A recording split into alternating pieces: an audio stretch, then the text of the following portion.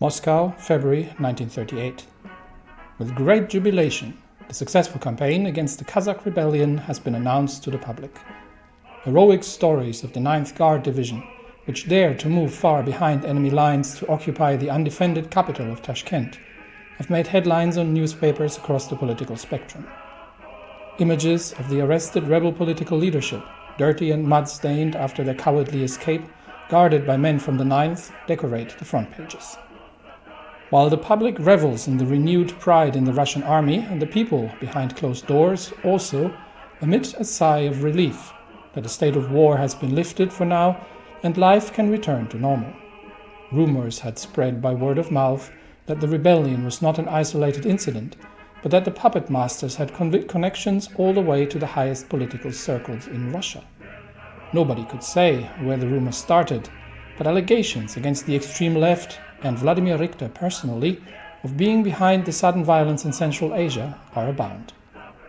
Direct political consequences are, however, unlikely, as Russia once more moves its gaze outwards, with the foundation of the Moscow Accord and potential for further involvement in the rapidly spreading proxy clashes between the major factions. The peace, as long as it lasts, has opened up some interesting opportunities. So the major things that we have on our backlog right now, obviously stability is going to become an issue. We still have the Kazakh emergency, the unstable democracy, and who knows whatever next comes up. But we can, where was it? Yeah, we can hopefully make at least a final end to the activity of the Union to revive the Republic by the coalition of idealists.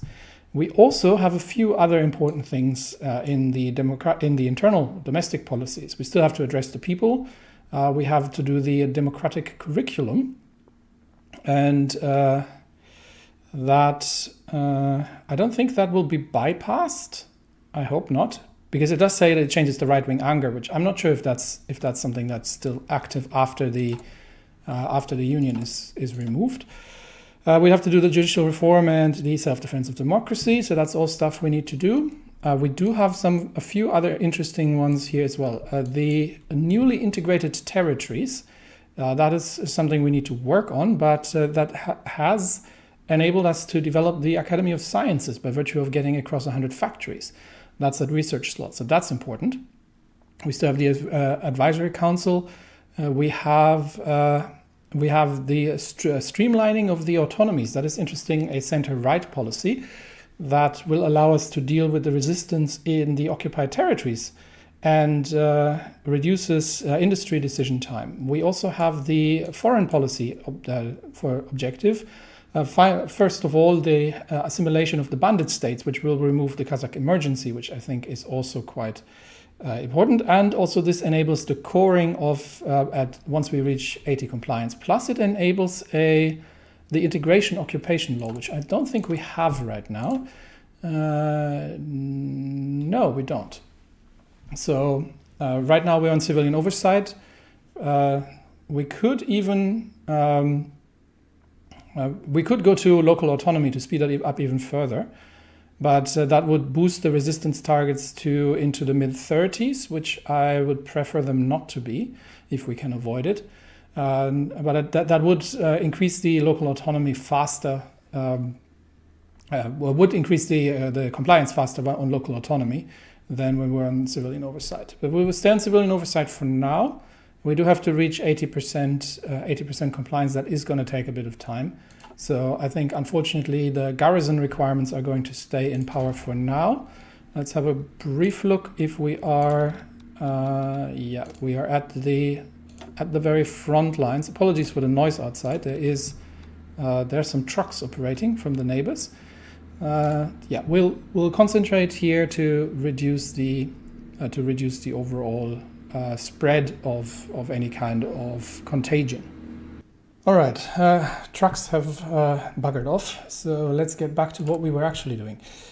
There was something that there are a few things that are now enabled. We can form the State Defense Committee, which is actually up to the beginning of the war with the German Empire, very, very helpful, because that is going to reduce the cost for economic conscription and laws and high command staffing. That is actually, I think, a good investment because we do want to get up to partial mobilization at least, and we need to get over into limited conscription. So these changes alone are going to already refund the 100 political power invested. And then we do have to fill up the military high command. We currently don't have the Chief of Air Force. So also these are important considerations to be taken. Is there anybody who we particularly want? Let's have a quick look. We've got a ground support specialist. We've got a ground support expert.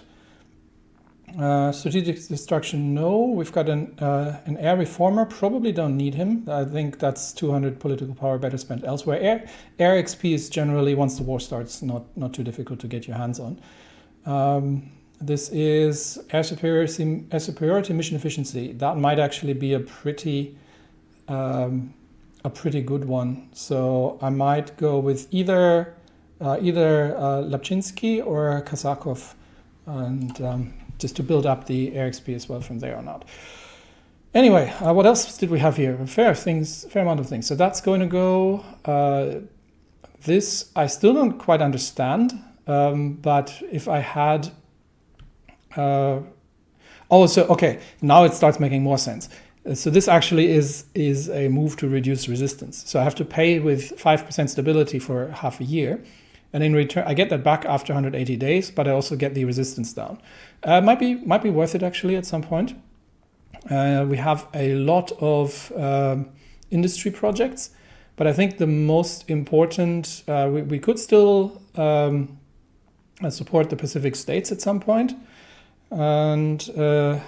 But I think the most important ones are stranglehold of German capital. So this is going to be where we are sinking the first 50 political power once we have it into. And I don't know which one we're doing yet. They might have to be done in a particular order. So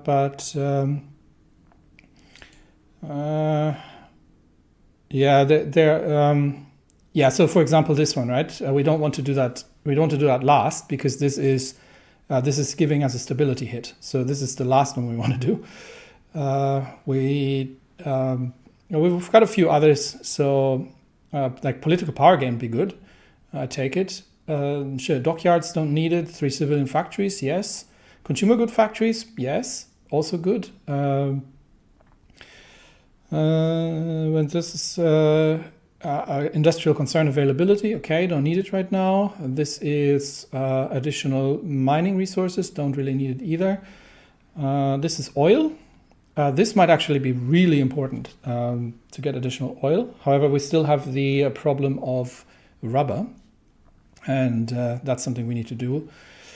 Remove Japanese rights on Sakhalin. Yeah, that would work. 5% base stability. But I think we'll start probably with the acquisition of the BASF, the chemical industry. So once we have the 50 political power. All right. So another thing, I'm not yet finished. There's more. Yes, we can test the field equipment. So how does this work? So this will grant the experimental equipment medal to 4 random divisions. That'll reset the organization to 0, which is fine because we're not currently doing anything. So that's probably something we want to do first. The question is, does that actually spend? This is the rifle equipment designer. So the question is, does that actually spend the funds? So because the funds are also necessary in order to actually upgrade the equipment. So we'll try it out because it's the only way to know. So currently we've got 554 accrued funds in the military industrial organization. So if we take that, we'll take that decision. That is active for 10 days, which means that if we now check the designer, then it's gone. Yes. Okay. So we are actively spending the funds from this. So this is a bit of a double-edged sword because it also means that we're not getting ahead anywhere with the accrued funds because we're spending them elsewhere. So that's a thing, okay. But now we know we have a few unassigned divisions. We've got two. Why did I train regular infantry divisions? Probably to just fill up some of the armies. We do need to start organizing them at some point, but there's still some army reforms that need doing. Okay, so we've got that out of the way. This is timing out, and I think that's the only thing right now. These are just your standard, your bog standard, improve your stats kind of things. Yeah, that's the only thing we need to really worry about. So, ongoing civil wars in which we might want to get involved. Now let's have a look. The Italian, the Socialist Republic of Italy is getting overrun by by its enemies. So I don't think we will see a Mussolini there, which I am all right with, because that would spread the Third International sort of. Interestingly enough, it would form a. Hang on, let me put that. It would form sort of a sickle, provided that like Serbia or something would join. It would form a sickle. We don't want no sickles in Europe, said Russia. So. Yeah, that's actually probably going to go on without our involvement. Now, India, there's no win for us here. We could get, and I think we probably should get back to see if we can send volunteers to the Pacific States. That's probably the most important theater. Now, we did want to see Argentina go down, ideally, because they are a major trading partner for Germany. But who's currently at war with whom? So Paraguay is only with the Peru-Bolivian Confederation, which is at war with Ecuador, which seems to be getting somewhere, but we don't necessarily want to support the Workers' Front. So I think we'll leave that to its own devices as well.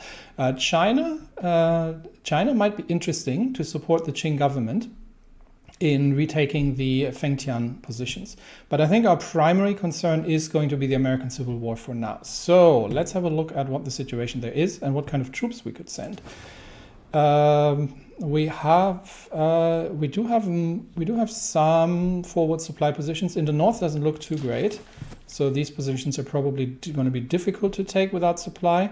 But I am more interested to see, it would probably make sense to bring armored divisions along for the south to take care of the American Union State territory. We don't know much about where are my resources there. We don't know much about the distribution of industry, but I think if we can take the oil-rich southern states, that would definitely for the Pacific states, that would definitely be helpful. It's not that the syndicates don't have any oil, but it's actually industry is more important. But we can't really see what's going on there, short of that. How many slots are actually unlocked? So the north is. Not as interesting compared to the larger potential industrial states, especially especially Texas. Taking Texas from the Union State would probably be quite useful, because the Union State is going to fall to the syndicates otherwise. So we shall send once more the tanks to the Pacific States of America, I think. Terrain. Have a quick look at the terrain. Fair amount of forests and some swampland. Not ideal for tank operations, but there are like large open grounds here that I think we can operate with quite successfully. So let's bring tanks to America. All right, so we shall be sending 3 tank divisions under Boris Stefan to the Pacific States, and we'll see if we can actually include air this time. And I think we shall be sending some troops to China as well. Let's have a quick look at the terrain there. We could send the remaining tank divisions to China, to be honest, but that would probably not be a bad move in order to break maybe 2 tanks and the mountaineers. I think I might still have the old China Expeditionary Force, so I'll have a quick look if they're still around, and then I'll send these back as well. Okay, under the assumption that we will take tank losses in the American states and that we don't have the production capacity to easily replace these just yet, we'll send the mountaineer divisions over there. That, however,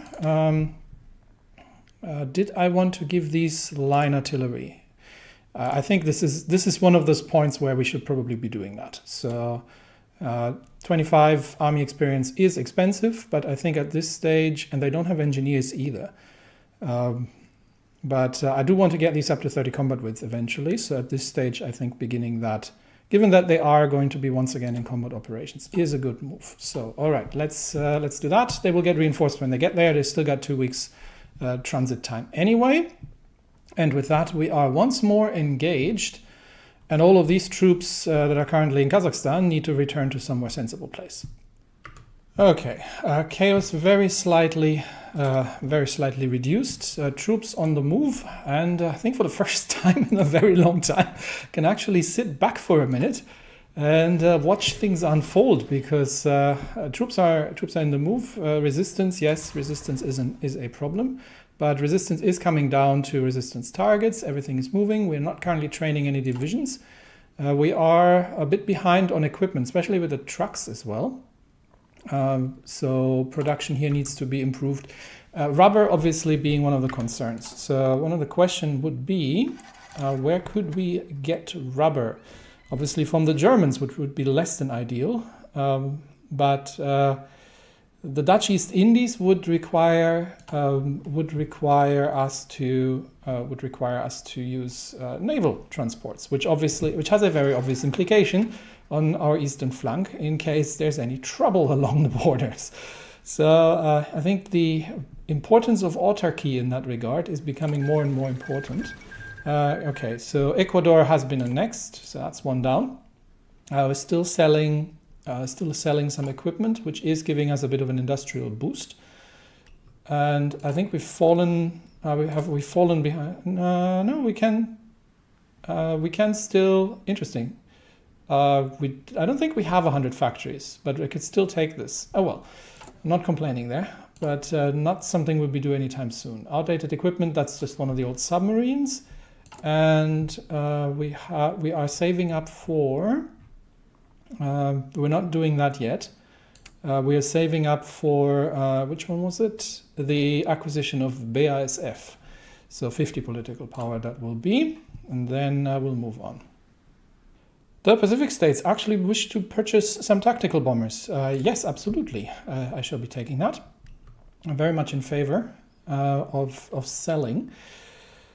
We are having a quick look at research. That one research slot is going to come in handy. Okay, we'll get to that in a minute. Let me just have a quick look to end that thought. We're still 2 years away from the next major change in aircraft technology. So I think we're good in just mass producing the aircraft for now that we currently have. And I think the designs are in a decent shape.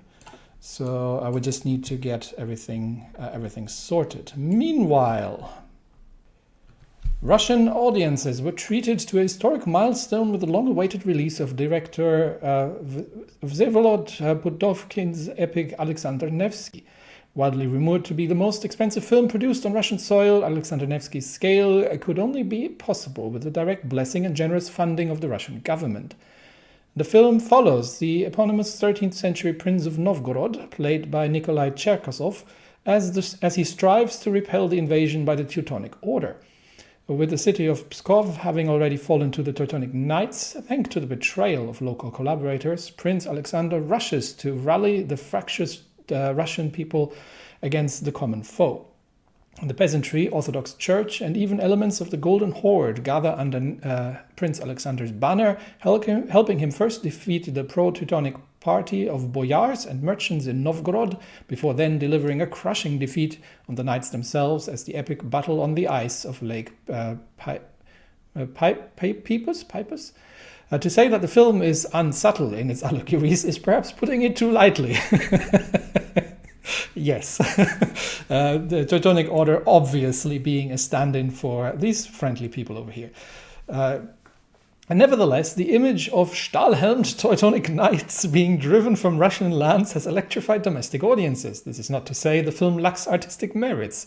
Sergei Prokofiev's stirring score has received widespread acclaim, as has Pudovkin's own distinctive cinematographic style. Though the sweeping shots of the battle on the ice were most often plastered on posters, much of the film is an introspective character study of Alexander Nevsky himself, whose private hopes, doubts, and frequent soliloquies drive much of the plot.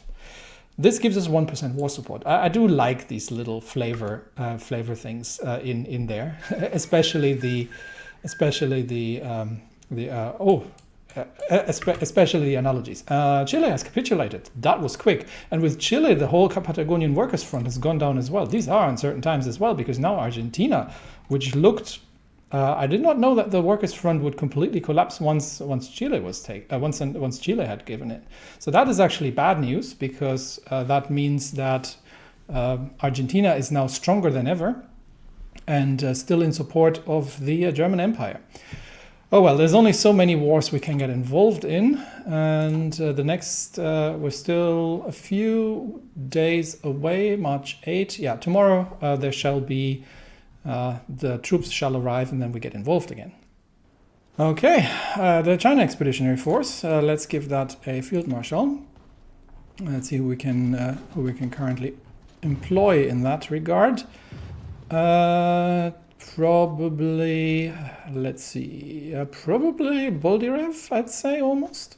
Although we could probably, for 2 army groups, just get Denikin and Markov both involved. Or maybe Wrangel himself, none of which is like specifically important in that regard. I think we're going to get Denikin on here, and we're going to get Markov in the Americas. Right. So he stands in first. I could give him a trait actually. We could go for one of these. These are quite important. The thing is, or logistics wizard would be good as well. Ooh yeah. I think that's worth it, actually. I was going to save up a bit of command power for that 50 command power pacify the Kazakhs kind of thing, but we don't have 1,000 rifles right now anyway. And yeah, the truck situation was just that the trucks were requisitioned by the army for logistics, which were not needed. So giving him logistics wizard, I think, is a good first move, especially the situation that we find ourselves in. Now the question will be, given the Japanese troops are here and they actually have broken across the river in the north, the question would be, where do we first attack? And as usual, that question is answered by supply. Now there's no way we're going to make the push again to Yingkou in any way soon, but we could try to push north towards Chengde and potentially cut off some divisions. We do need to reduce the amount of divisions available. So the first operation shall be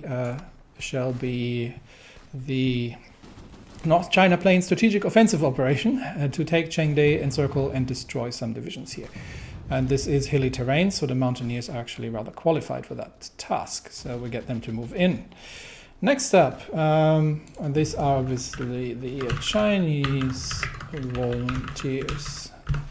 I do prefer my theaters to be named appropriately. Next, we have the group in the States, which has arrived in San Francisco of all places, which makes sense because that's the closest. But we are miles away from the front line. That said, push against the American Union state appears to be going relatively well, and we seem to be holding, at least somewhat holding, the north. So. Let's deal with the San Antonio front for starters. But first, we're going to create an army group, and that shall be Sergei Markov, who does not currently have any available traits. So first of all, we'll clear out the last syndicate positions here. How's the supply? The supply situation is dreadful. Okay, first task, take San Antonio. So we actually have supply, and then secure the southern flank and get ready for a push towards Houston. Let's see if we can make that happen. I have no idea how many troops are stationed there, but San Antonio is going to be the first The first attack sector. Now, the bigger question is, Air Force, can we actually send aircraft to anybody? And the answer, I believe, is no. We cannot send aircraft to the States, and we cannot send we cannot send aircraft to northern China either, which is rather infuriating, because that would have made a big difference if we could send 2 fighter wings over. But no, we don't have access to the Chinese air bases. So unfortunately, that is a negative. Oh well, the tanks are still going to be taking quite a while. So let's get the mountaineers involved and see if we can make a rapid. If we can move to a rapid encircle and destroy operation against the Fengtian troops here in the northern position. We are short on resources. What else is new? That's probably rubber. Yes, it is rubber. We could trade for rubber, and I'm almost tempted to start doing that, because we're actually short a military factory. But yeah, we do need to get trucks, way more trucks than that. And we do need obviously a lot more aircraft. So getting trading one factory off for rubber at some point might become necessary. For now, we'll let it be. But there's also no real good trading partner for us. But for now, we'll start getting involved in that attack here. And once the mountaineers get jumped in. They got their equipment? Yes, they have their equipment. So the 76mm field guns are there. Unfortunately, I think we are actually attacking into a green air. That would be ideal. So if we can manage to clear out, we can manage to join. We've got the combat width. We just need to get the divisions to join in, and then we will see if we can make a difference here in that little push. But there are 4 divisions here. There's a fair amount. Oh, never mind, they've been pushed back, actually. It looks like the Japanese assistance here that precludes any kind of attempted encirclement, because we now would have to cross 3 stations, and I don't think we can make that. We'll still try to break through, but instead we'll try to break through north and see if we can cut off the northern flank. Then, once we get the mountaineers actually involved, that might be an opportunity while friendly troops are falling back here to more defensible positions. And I do need to get the shortcuts going again, and these obviously are the P.S.A. volunteers. No, like that. And that shall be number 2. Okay, they're railroading in relatively rapidly, so not a problem. We are a few days away, so the timing here with the Union, against the Union, should still work. And we've now taken over the lead. The problem is obviously, well, the terrain is disadvantageous. Well, it is favoring the defender, but we are getting more divisions involved. That may change. And the weather is obviously very inclement as well. There we go, that's more like it. Weather is starting to get better. What are we in March? Should not be frosty anymore. What's the... oh no, we are still in deep snow in the area, so I think... did I send the winter expert? Let's have a quick look. I did not. I sent the ranger. All right, never mind then. That's fine. He'll learn on the job. Let's breaking this. Once we get the reserves committed, that might actually be possible.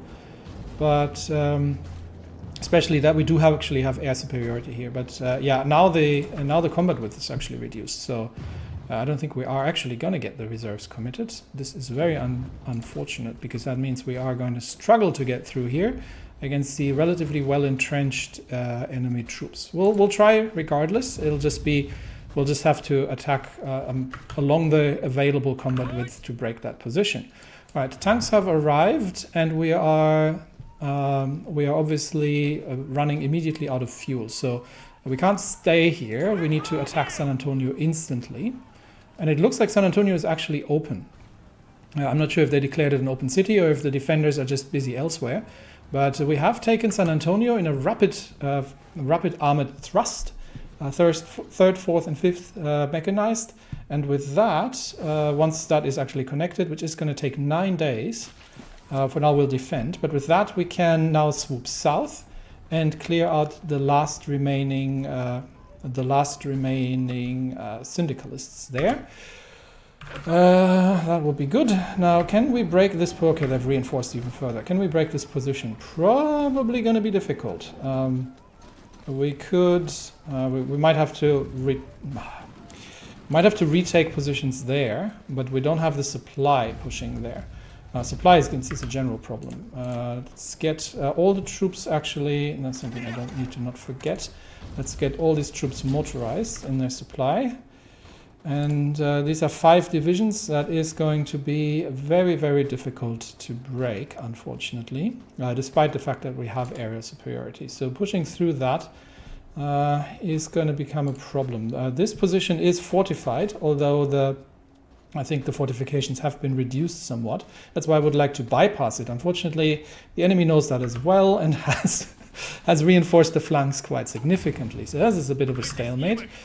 Meanwhile, here, we are going to distribute the tanks a little more, but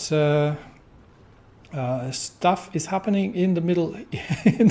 Hide your women and children, the Ikwana here. I don't know what this is about, but if we're talking about Wahhabi preachers, then I can think of a thing or two.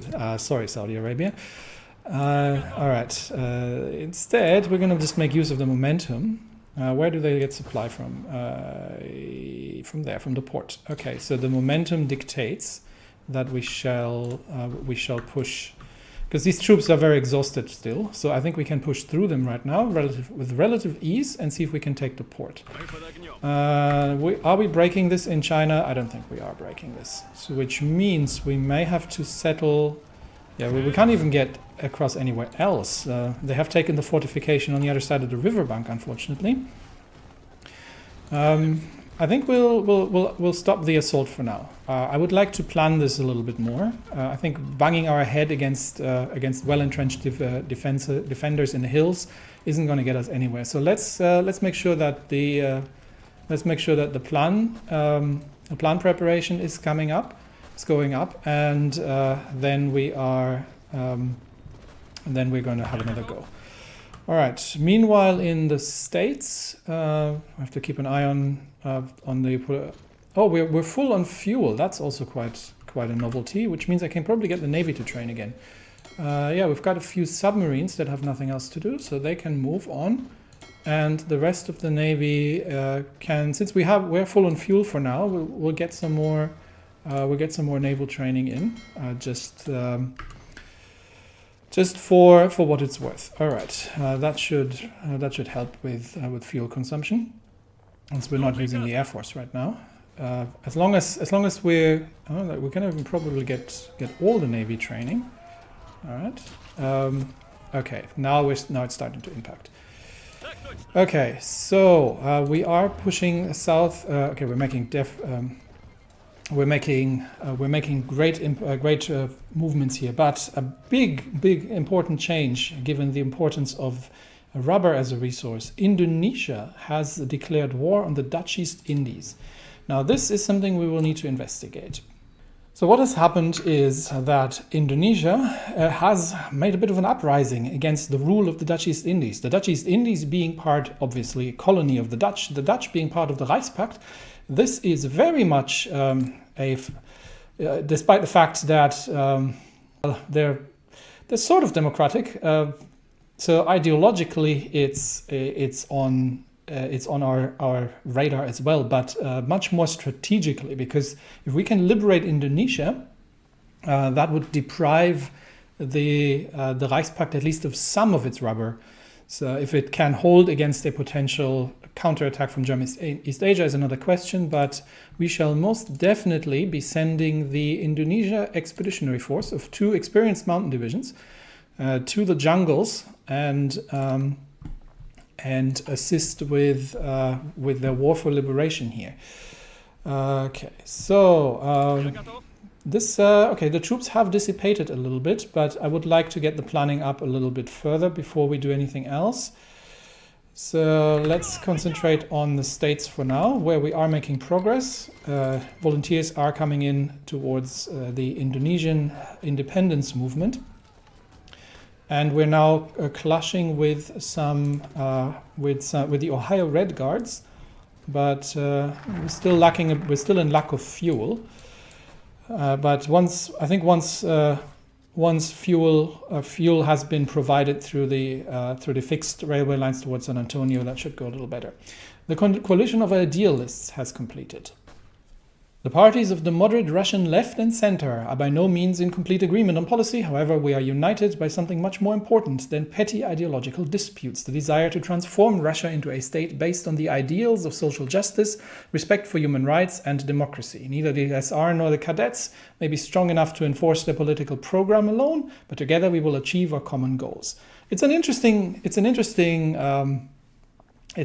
setup we've gotten ourselves into, isn't it? So we have a center-left sort of, I wouldn't call it socialist, but a sort of market liberal, social liberal democracy. Very European style, but it is still a constitutional monarchy. So that is so we've got 107 political power out of that. Yes, that is much needed. Kirill gain symbol of the nation, so compliance gain and stability. We get 10% war support, and we get stable democracy that has been really important. So now if we look at our Tsar, who is now giving us 10% stability and some compliance gain, we are strengthening democracy. Still minus 2%, 2.5% stability, but we get there. And the imperial popularity is increasing as well.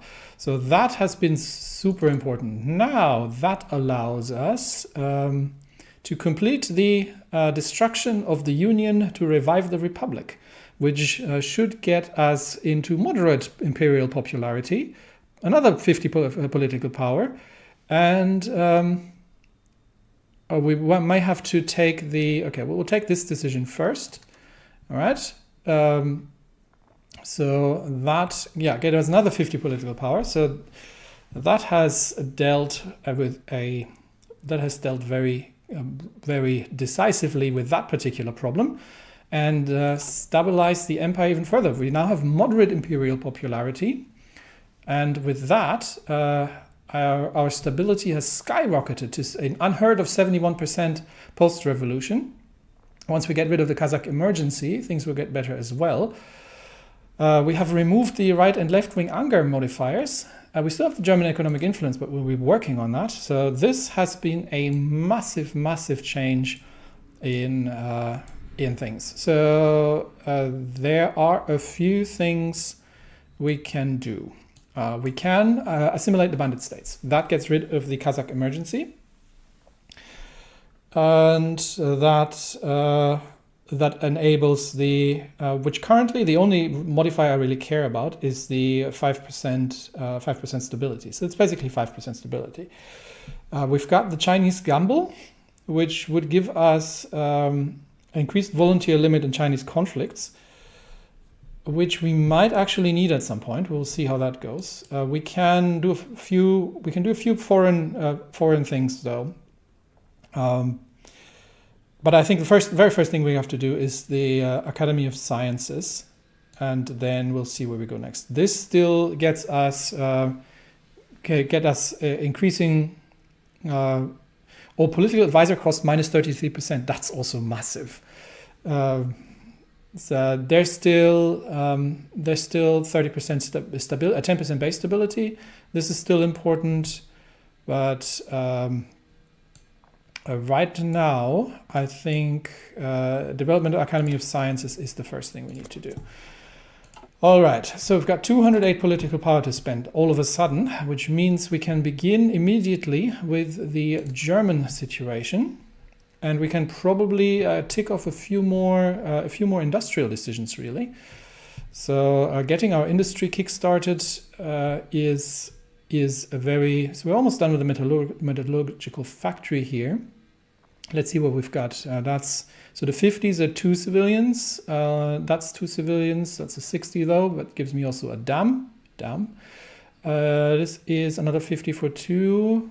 So it seems that's 1 civ, 1 mil. That's oil, and that is 2 civs. Okay, so pretty much we get 2 civs, or in one case, 2 civs, 1 mil. So let's get, we've got 158.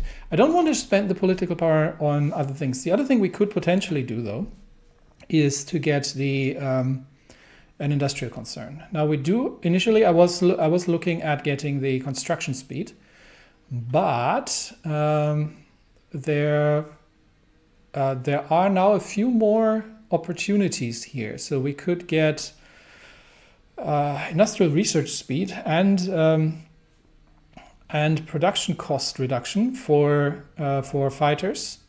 We could get production cost reductions for trains and infantry equipment, or we could get an overall research speed boost. But I think we are getting there, but we're still far behind in terms of industry. So I could take this for a 10% construction speed. That would probably be quite good. In terms of political advisors, I would love to get this to get still cheaper. So I think we'll just go through these, because these are costing us consumer goods factories. So that slows down our overall available construction factories anyway, which means we can probably and there were a few focuses that reduced the cost for changing any of these. So I don't want to spend 150 now on partial mob when we don't have to. And we've got enough manpower as it is. Okay, we're going down the economic decisions for now. So let's get, there was one with, this one. So the Motovilica factories, we get that going. We get the Magnitogorsk project going. And we've got another one. What do we have? We've got, that was the one with the dam. The rest is just basically stability, and this is some steel. So we'll take Rostelmash. All right, that's the political power spent. But with that, I think we have, and actually, I never found out where the medals went. I might have to see if I can find it. This is rather irritating. It would be nice if it would tell me that, but yeah, I have no idea where these medals went. So. Yeah, that's the thing. Anyway, so that's when that is completed, is a rapid reindustrialization. Because right now, building a civilian factory is taking March, May, so 60 days. It's quite similar actually to actual factory production, but it does give us base stability and some resources on top of that. So more civs is good. All right, back to war, shall we? Okay, we are still going to need a bit more planning until we can start an operation northwards. So let's stick with the Americans for now, where I think we can get the other tank division to directly attack the. We get the 3rd Armored to directly attack the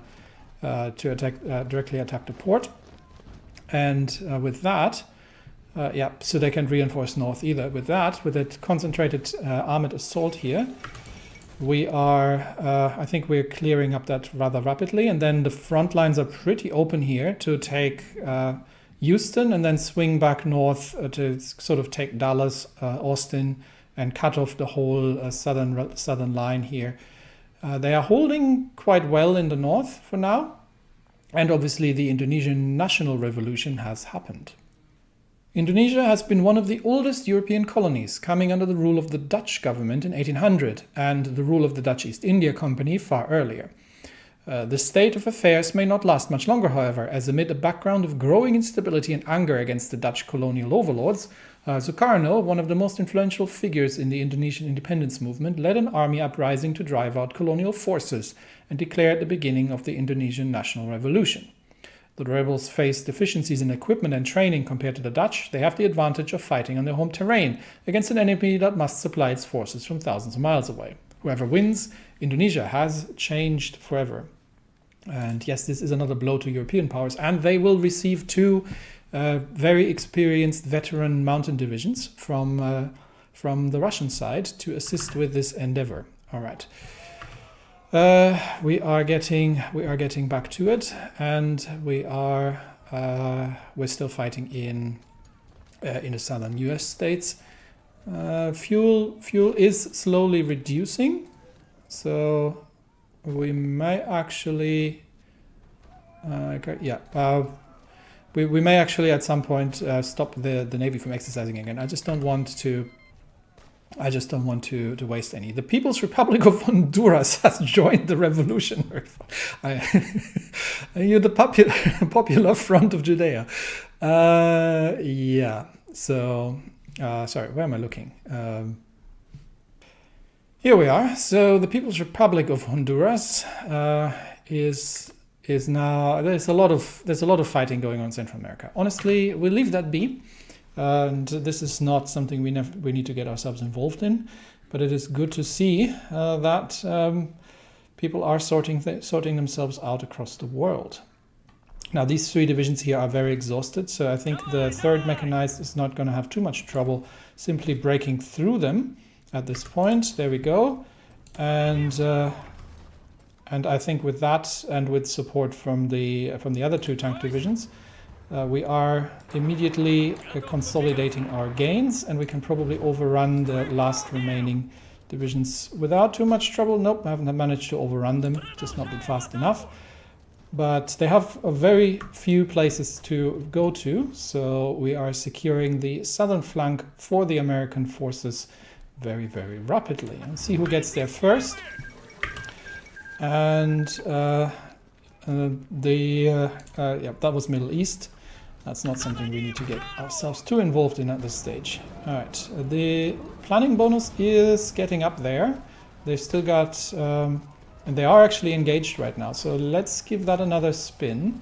They haven't retaken any positions. So let's see if we can once again join the war on this side, because now we actually have a front line, because we have friendly troops from the other side of the river to join in, and we'll see if we can get the reserves here committed. Rarely does news come out of Tibet, especially positive news. The papers are reporting that a child of less than 2 years has been found by the Tibetan Gandan Phodrang and ordained as their next Dalai Lama. This 14th Dalai Lama comes after a tumultuous regency following the previous Lama's death, and saw a number of high-ranking Tibetan officials expelled. The journey the members of the Gandan Phodrang undertook included lurid details of the danger the other children the garden sought out, only to find them dead or missing. Makes for a thrilling story. It is the hope of the Tibetan people, including the many Tibetans currently living in exile, that the new Dalai Lama will grow up into their savior. Okay, a little news on the side here. So we'll see if the reserves are getting committed and we can actually make any progress there. Meanwhile, in the States, we are breaking through the last remaining troops here, and that will be 4 enemy divisions that are going to be pretty much destroyed, which is good because that weakens the syndicates. So we are going to take down the American Union State, which means that obviously the syndicates, which are already flooding the Union State, it's now a race. Really, it's a race between us and the syndicates who can take as much of a chunk as possible from the Union states, which means we're probably going to be just sending 1 tank division north already. Okay, never mind, we've got it all sorted. So let's get the tanks. North, and we will immediately begin the push towards Houston, and the Northern Tank Division from San Antonio can secure the flank along the northern realm here and work their way towards Austin. In China, we are trying to break through, but of course the assault... Okay, we might have to do this ourselves. I am going to, once again, stop the assault here because we're not breaking through this way. So we need another attack across the river. So we're going to extend the front line. We're going to get 1 division across the river, and I'm going to switch this to Going to switch this to rigid cohesion so they don't move about. And then this division, the 66th Mountain, will just simply be there to extend the front lines rather than providing additional fighting capacity. And the other two are going to work their way from here. All right, 2 divisions in Indonesia have arrived. So that's the Indonesian volunteers. And we obviously do need a field marshal for this. Who do we have left? We've got Boldirev of Wrangel. We're going to get Boldirev involved here. And where are they? So 2 mountain divisions in Samarang. All right.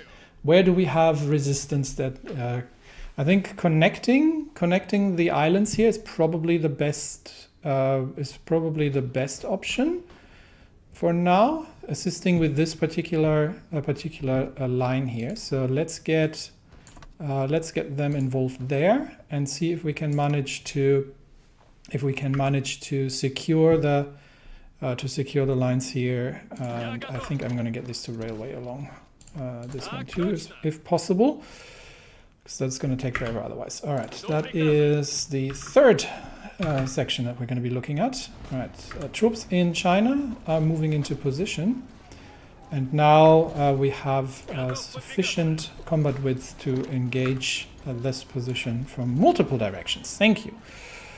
Okay, with 105 combat width, we should be able to get all 3 divisions engaged, despite the fact that obviously the 66th, which is attacking across the river line, is going to have to try and take the bridges, which is hard against the determined defenders. But we do want to try and get an opportunity here to cut through north and destroy some of the positions. In the Americas, we are rapidly advancing, which is good. And we have the Obukov. This was artillery, if I'm not mistaken. Where is it? Towed artillery, yes. So we have we have a trade point in the towed artillery. So far we've taken... okay, here I'm going to have to look again because these are way more complicated than they used to be. Okay, we've taken the first 2. I'm not particularly keen on getting another dockyard, so 5% breakthrough is what we're going to be going with. Not going to upgrade that just yet, and we'll do that next round. Don't want to spend the 5 army XP. So American attack is going well. This is the more interesting one. We'll see if we can get the 2 reserve divisions to join the fight here before the 66 gets exhausted trying to take the bridges. Okay, one more in the fight, and unfortunately they lack experience quite a bit, so we are going to they're not as combat effective as they would otherwise be, but we can still get the 3rd one involved. And we will see if we can manage to break the defenders. Unfortunately, they are relatively well dug in at this point. So we will see. We will see if we can break this. Indonesian troops in Indonesia still on the moves towards the front lines, and we will try to kick the Dutch out of their capital, and then make a move north to secure the central area. There is obviously there's some more things involved here. I don't really think we have a good marine infantry, so not an awful lot we can do in that regard. We have taken Houston, so I think we are now we're now at the rapid expansion. We can literally just push towards New Orleans. Where are the front lines? Yeah, the Union is very quickly collapsing. So since the lines here are pretty much open, let's break through and secure as much territory as we can. I would like to at least take Lafayette, maybe Baton Rouge, but get the northern lines here consolidated, because right now we're pushing ahead a bit on the southern approaches, which is obviously going to kind of create an extended front line. So I would like to consolidate that northwards. So this is probably as far as we're going to go initially. That should secure some oil resources and an overall breakthrough along the lines here. In the Chinese position, we've got 5 divisions now, four divisions now committed, but we are absolutely struggling to break through the Chinese defenders in the hills here. This is turning out to be a significantly more difficult proposition than initially thought. So these wars are this conflict looks like it's going to be a stalemate for quite a while here. So we may actually have to go on the defense at some point and see what we do there. Anyway, the initiative to erect a monument for Viktor Mikhailovich Chernov came from a grassroots proposal signed by over 1 million people. But the ultimate details on the matter remain for us to arrange. The proposal argues that Chernov is the founding father and a martyr of Russian democracy. A common saying in the SRs is, that's the SR, is that without Viktor Chernov there would be no Socialist Revolutionary Party at all. But it is also justifiable to say that without him there would not have been a Russian Republic at all.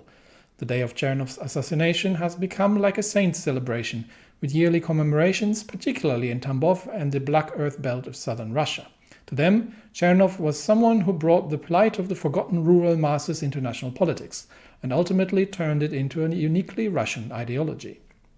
Many are still bitter over Chernov being barred from running in the 1926 presidential election due to mistrust from certain circles. Maybe Chernov's Russia would have been more equal and fair. Instead of giving in to despair, Chernov accepted he would never wield power in Kornilov's republic, but gave his life to defending it nonetheless. As fellow revolutionary Ilya Fundaminsky said, Russian liberty is born out of the blood of countless righteous martyrs who died for a better world.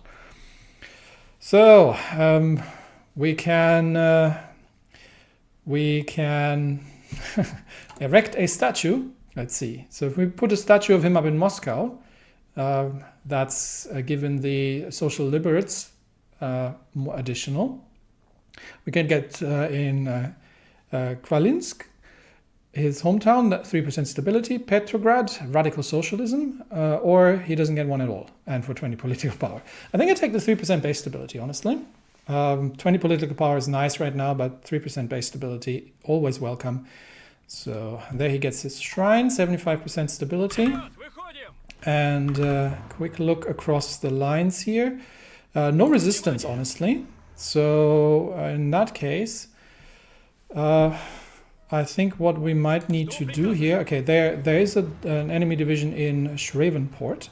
What we might have to do here is collapse this, instead of advancing further, is to collapse towards Dallas and secure the initial river line. We don't want to quite march on Baton Rouge just yet, because we do need to swing north, and they've got another tank division here. We do have to swing north to collapse so we're probably going to help here to collapse towards Dallas, and ensure that we are shortening the lines here a little bit in the north before we're pushing any further eastwards. But that is also the leads to the rapid destruction of enemy forces as well. Okay, so Lafayette's taken, and the tanks are pretty much moving freely at this point. We could even be more aggressive and go behind enemy lines, but towards Oklahoma. But that's we'll see about that.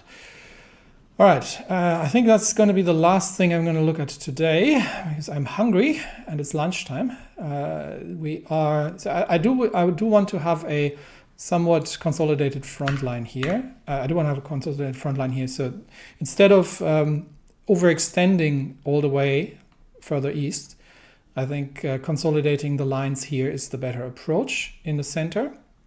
And then we are going to take on the syndicates directly. Before we look at that, how do they compare in strength? Do we know about them? So right now, 31 to 145, and that's fewer. So we're definitely on the downside still militarily, but we'll take as much territory of the failing Union state as we possibly can, and then we will be engaging the syndicates and see if we can get the Pacific states to win that. But there has been meddling in Poland. The Polish elections of 1938 are looking extremely tense. The Austrian-backed Liberal coalition is making an attempt to dethrone the supporters of King August IV. Roman Dmowski and the Polish nationalists are asking for our support towards their cause, which we could provide by funneling funding to the pro-Russian elements of the Conservatives. That costs stain their precious democracy, never. To be honest, I don't want to spend political power on that yet. This is a foreign power game, but I would like to concentrate our political power on the reindustrialization of Russia. So while this is probably strategically useful in getting there, in getting Poland sort of out of the tight grip of the Germans, instead we're going to ignore that and continue focusing on the development of Russian resources, where we could actually spend 25 to get another civilian and an infrastructure. So we got the railway ones here as well. This is just railway connections. Yeah, let's kick it off. More industry as quickly as possible before more things pop up. And then that's going to be our political program for the time being, the rapid reindustrialization of Russia and the rapid build-up of an industrial might to start taking on the Reichspakt.